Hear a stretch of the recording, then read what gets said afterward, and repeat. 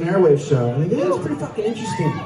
They played this love song, and at the end of the love song, he says, "Dad."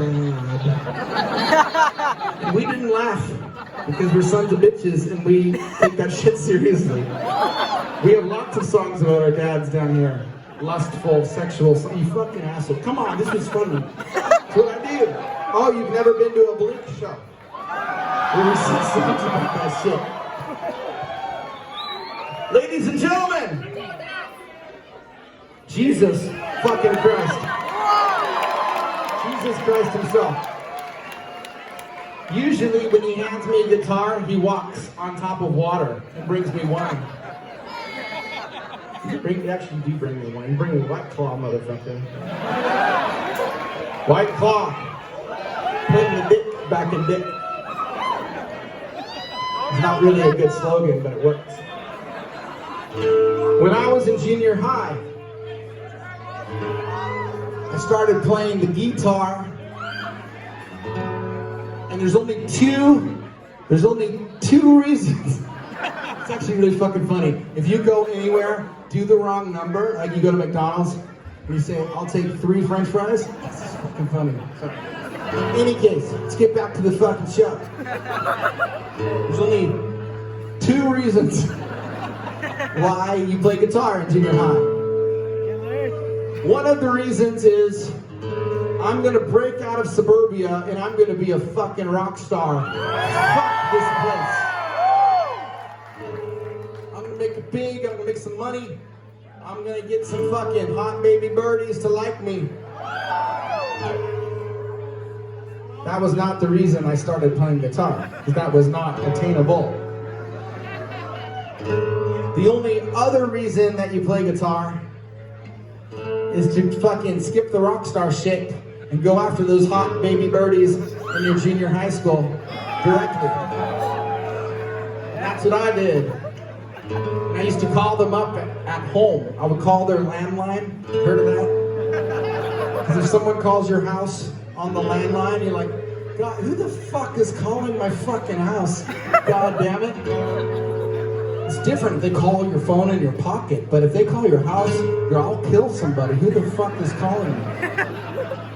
Back then, you had to call their house, and like, I remember I called this girl, and her dad answered the phone. And I was like, "Hey, is your daughter home?" I was in 7th grade.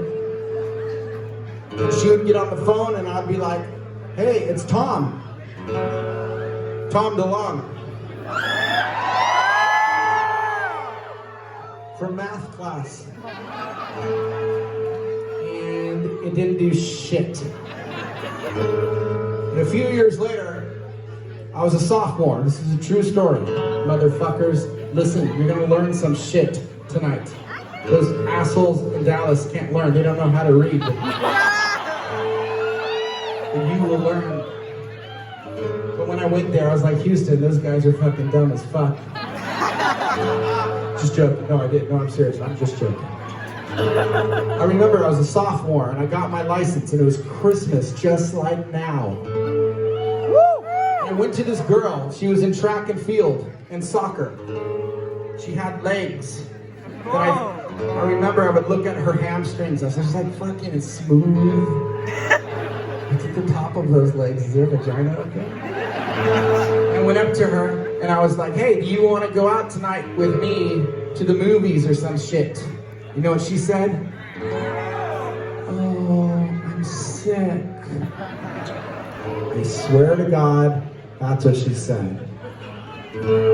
I wasn't sure because I was young. I was like, maybe she is sick. Maybe she wants to go out with me super bad, but she's just not feeling well. Don't laugh, you sons of bitches.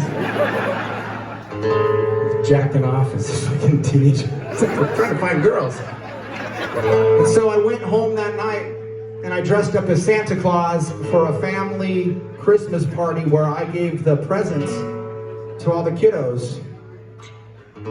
And after I did that, I decided to go buy I bought some flowers and a get well card for this girl.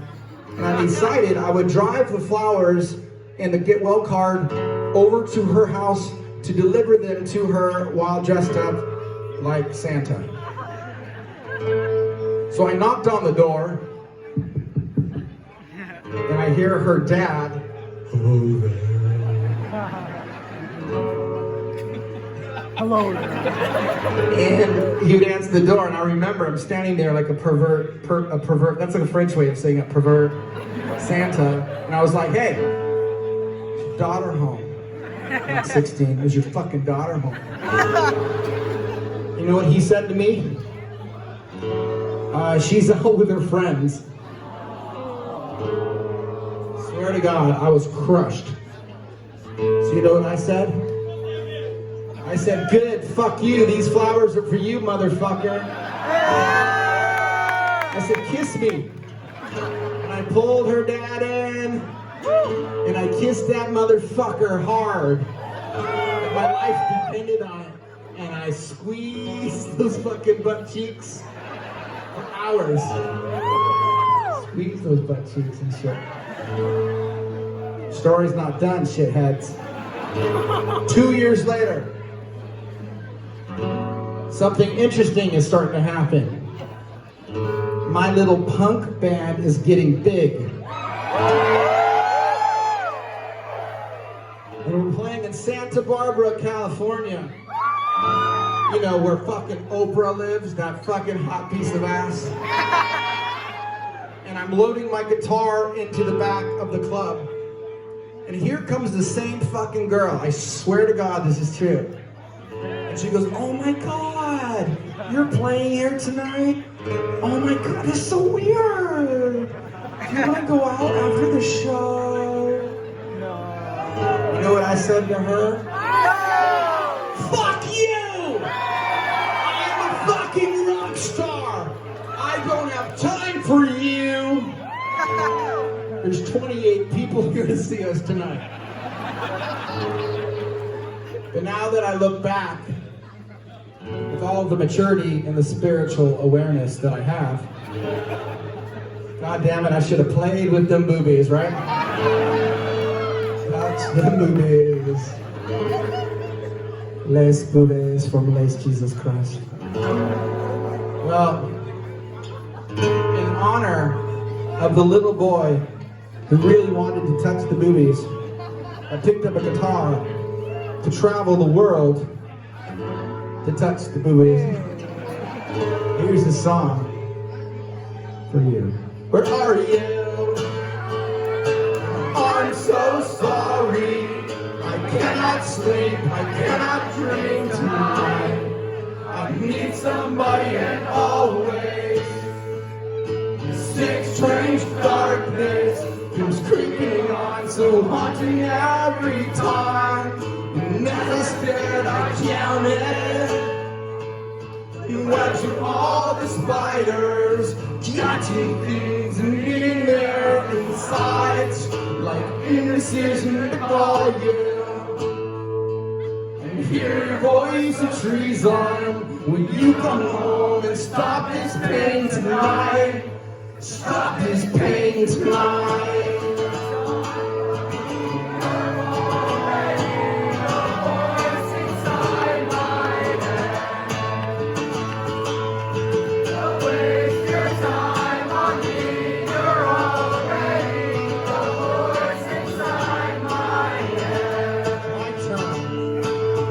Don't waste your time on me, you're already the voice inside my head. Don't waste your time on me, you're already the voice inside my head.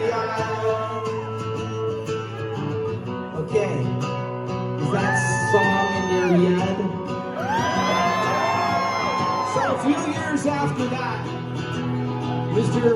David James Kennedy, the guitar player in Angels and Airwaves, him and I started a band called Boxcar Racer. We wanted to blend some hardcore punk rock roots with some pop punk roots we came up with a record that was pretty fucking awesome for the time, I thought. So it goes like this, it goes, vacation's useless, these white pills are fine. I've given a lot of thought to this 13-hour drive. I've been grinding concrete, we sat with neighbor nine. It's slowly fading, laughing in the glow of our headlights. I've been a lot of thought to the nights we used to have.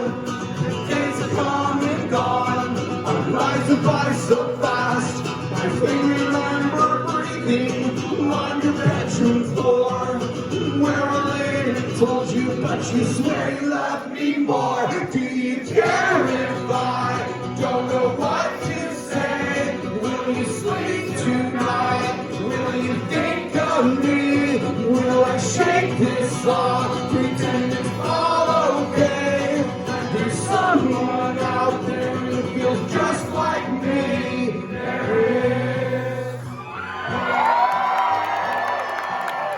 So, after Boxcar Racer, David and I wanted to do something that was a little bit more challenging.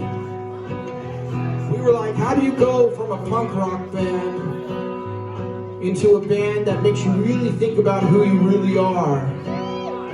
So many of you at your age are just like, okay, I don't give a fuck. I don't care. Nothing's gonna hurt me. I'm invincible. That's really not true, because everyone feels the same. You feel really fucking alone. You're like, God, this place is fucked. So we wanted to create a band that really made you look into yourself and kind of go, who am I really? How do I really feel? And how do I surround myself with hope and positivity? And how do I change the lives of the people around me? So we created Angels and Airwaves for that reason. But we were pretty sure that a lot of the punkers were going to be like, this shit is weird. What the fuck are they talking about? So we decided to do some film with it. So we started that Love movie.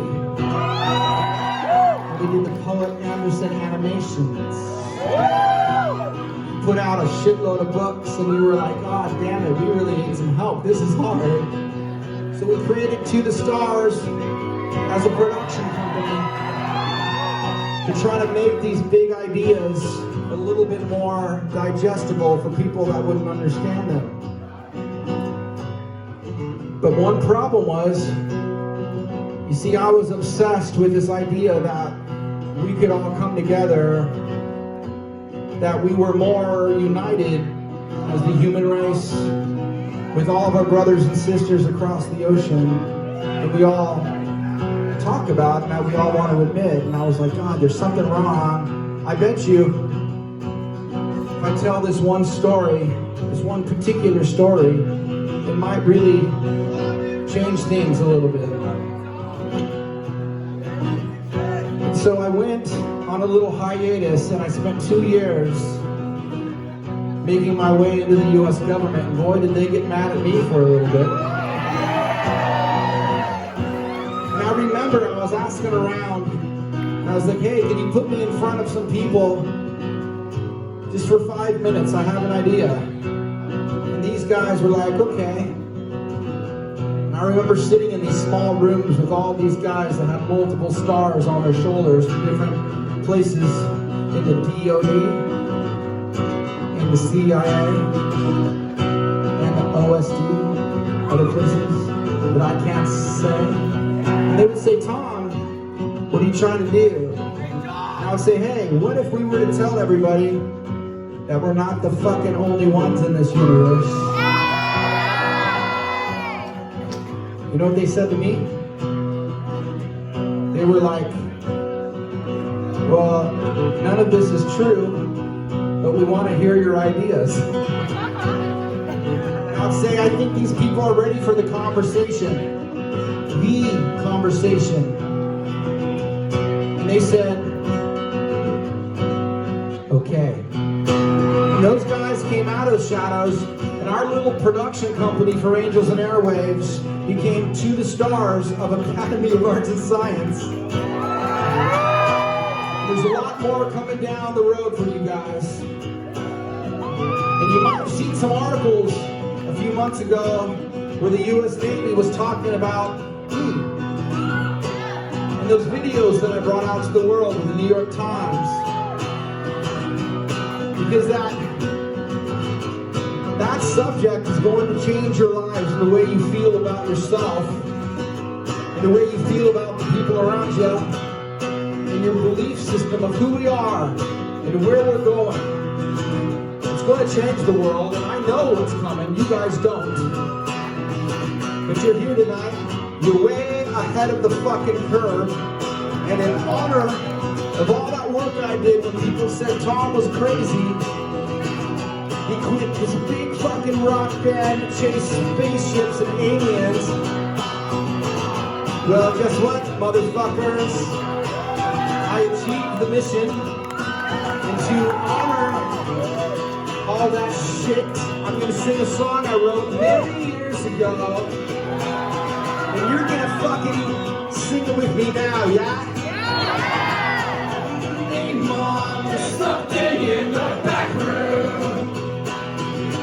Prince got the creatures from above. You used to read me stories as if my dreams were born.